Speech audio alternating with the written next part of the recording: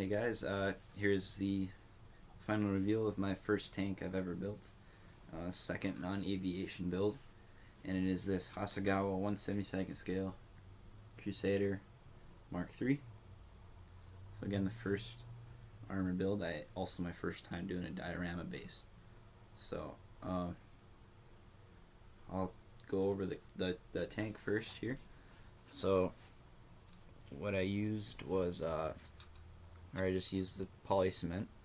And then for the overall on the tank, I used Tamiya Desert Yellow over the base of the tank. And then some other stuff I used, some gunmetal and other various colors. And then with the tracks, I don't know if you'll be able to pick it up on the camera. It's not too good of a camera. But I did some weathering. Looks like it shows. I did some gunmetal for like wear on roads and stuff, just to kind of make it look a little weathered. And so yeah, the tank, amazing. I loved building it. I'm going to be buying more armor kits, that's for sure. So thank you for a lot of the armor builders for kind of getting that mojo up. Steve and Jens from Non-Prolific 135th Scale Modeler. But thanks to many of you others as well for getting my armor mojo made.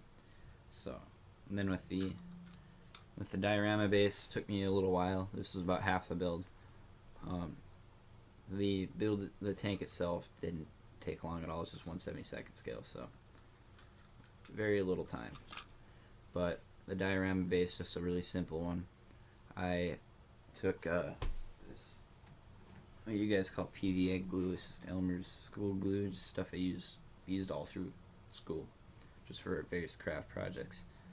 But what I did was I cut a piece of wood like this, and just kind of some scrap wood in my house here.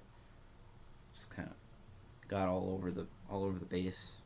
Tried to cover it as best as I could so I don't have any patches of just wood there. Then I took some sand from my sandbox that I used to play in, threw that all over the base to give it, and then I put some bigger mounds in there too to kind of give it some slight texture, especially off the road.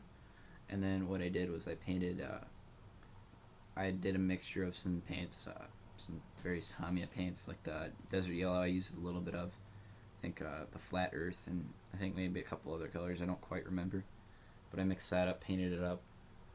I managed to get, by accident, just a nice crack here, cracking effect here on all the sand. Kind of makes it look pretty neat in my opinion. And then I painted just some black around the base. So one thing I did have trouble with was the stuff that got on the side. I had a lot of trouble removing a lot of that. It didn't get perfect, so there's some rough parts in there. And you can probably see those just along the front here. So next time I'll try to be a lot more careful with getting that on or to try not to get that stuff on the side. But if I were to come up with a title, I'd probably say like On the Move or something like that, because this is a 1942 paint scheme from North Africa, just kind of getting out of LLMA and just around those battles there. But and also I did some other detailing on the turret here. The turret is removable. You just kind of turn it backwards and it lifts up. I just kind of wanted to leave it. I didn't want to fix it to a certain spot, so you can just take it off or reposition if you want. But there's like some neat detail with the shovel there. Kind of see it. Just use a little flat earth on that, make it more realistic. But yeah, I'll definitely have more builds that are armor related. I have one in the stash here, which is this one right here, the Hasegawa Tiger I bought with the Crusader. I kind of regret not buying any others. There's quite a bit there. They're all $5, so it was pretty cheap.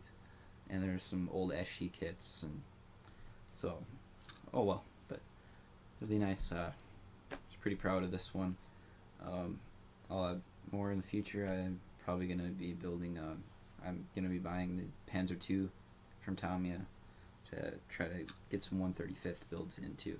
So thanks for watching this build video on the Crusader here, and I'll have a little slideshow at the end showing just some better quality pictures of it. So stay tuned. I have the big drawing coming up on Saturday, and so thanks for watching. Bye.